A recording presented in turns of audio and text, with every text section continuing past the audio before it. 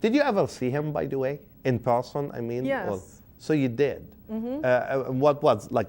Do you have like special occasion, or he was passing by, or visiting your city, or? My parents both worked at a glass place, a Okay. factory, and my dad was a tool and die maker there, as he is here.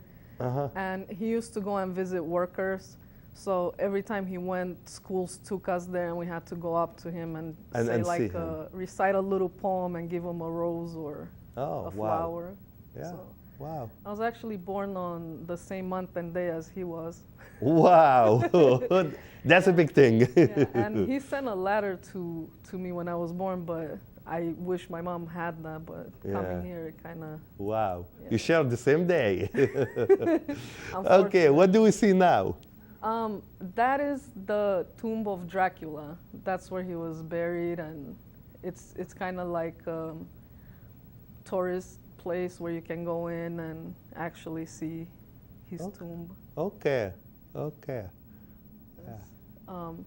That's actually downtown where we used to live.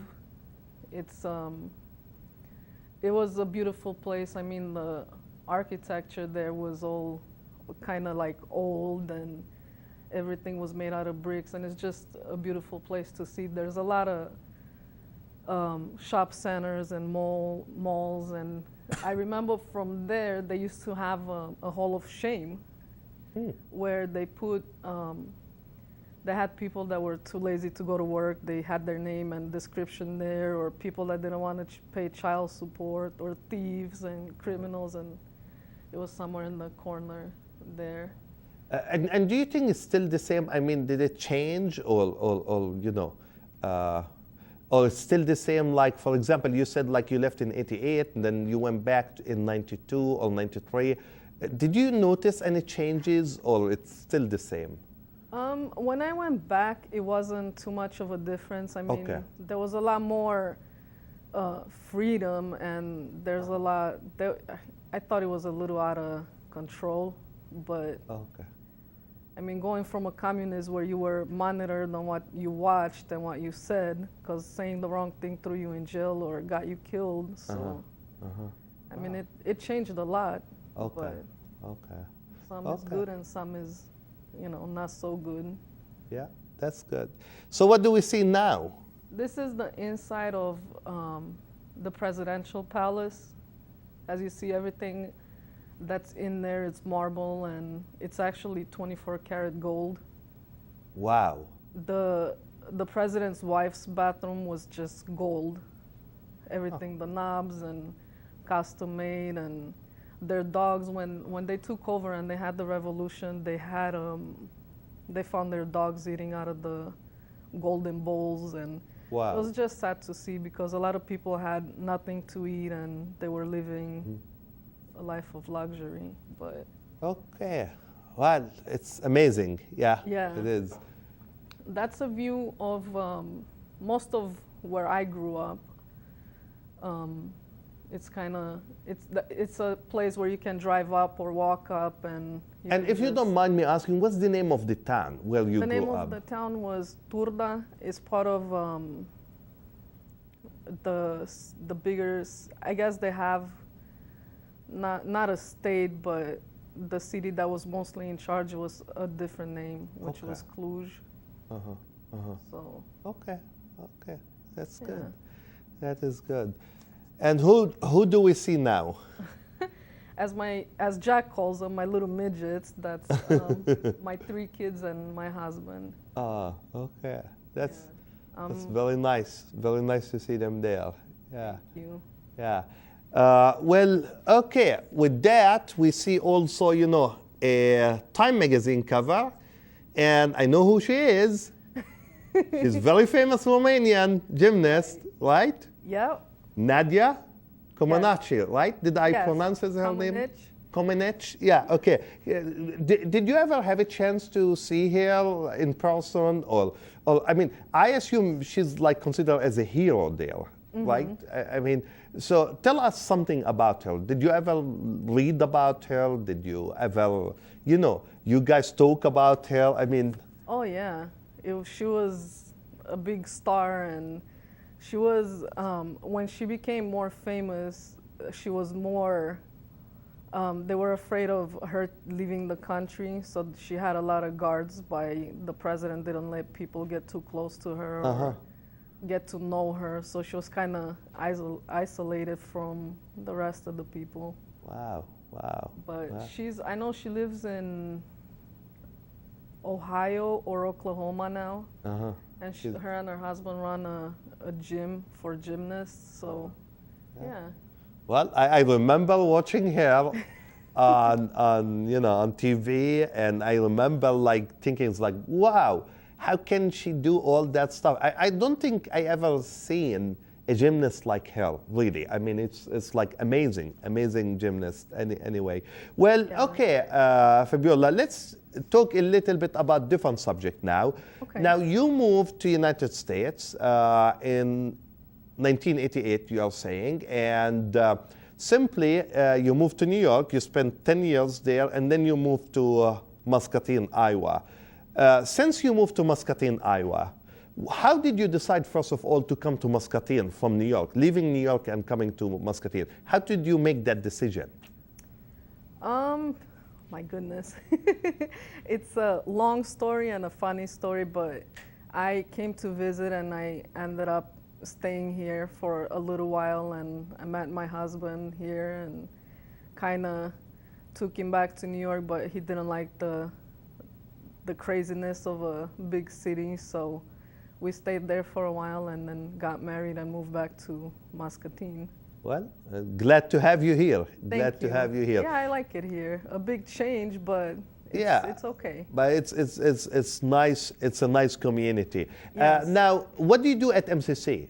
You are a student. You are taking some classes. Can you tell us something about your major? What kind of classes are you taking? What are your future plans after you finish MCC? Can you share that, if you please? Yes, I'm taking. My major is psychology. I'm just trying to finish my AA degree here, and then I'll be moving up to the University of Iowa.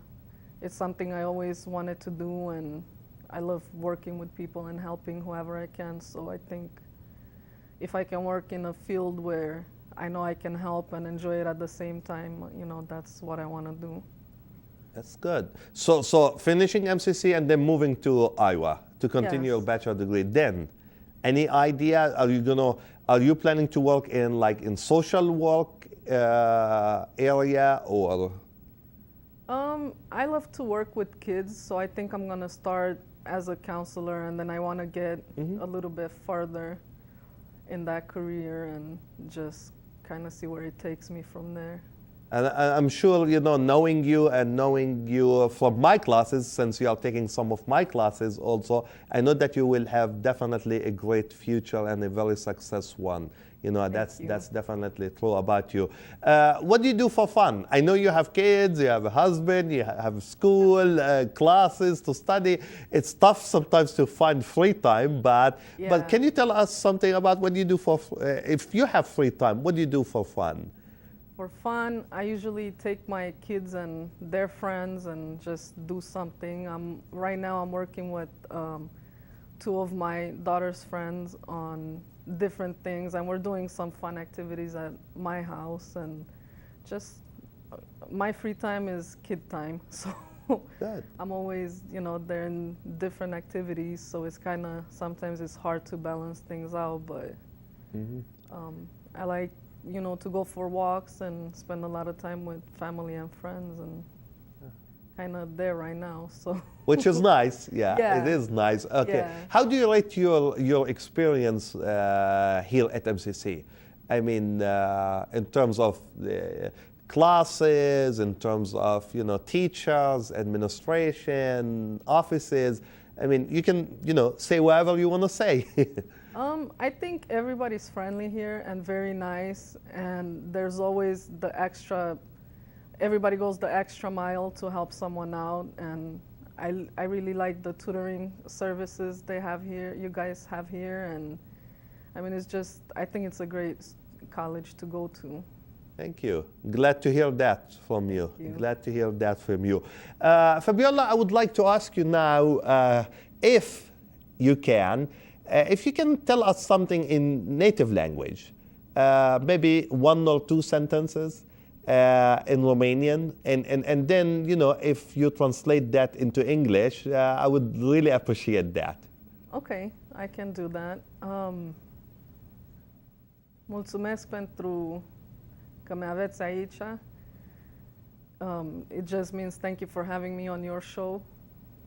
You're welcome. You're welcome. And you know, I assume because you said you left like you were like only 11 years old, so you still know the language. I mean, do you practice that at home? I mean, or you speak more English now? I speak Romanian with my parents and Jack as well, and my other brother.